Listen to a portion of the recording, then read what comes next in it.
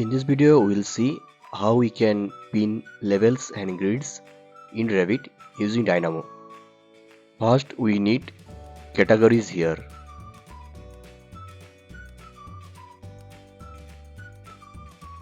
Now, select grids here and search all elements of category.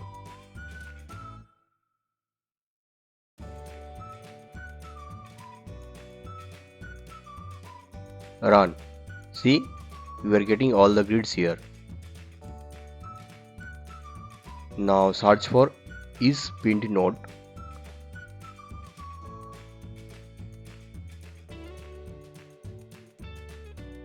This will show true and false value actually. Here false mean these are not pinned.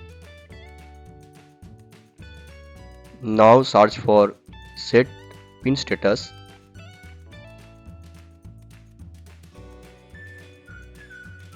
And connect elements to element, and here we need boolean values, that is true or false. Here we have to provide true value to pin the elements. Now if we run the script, this will show true values. We can check the same from is pinned node also.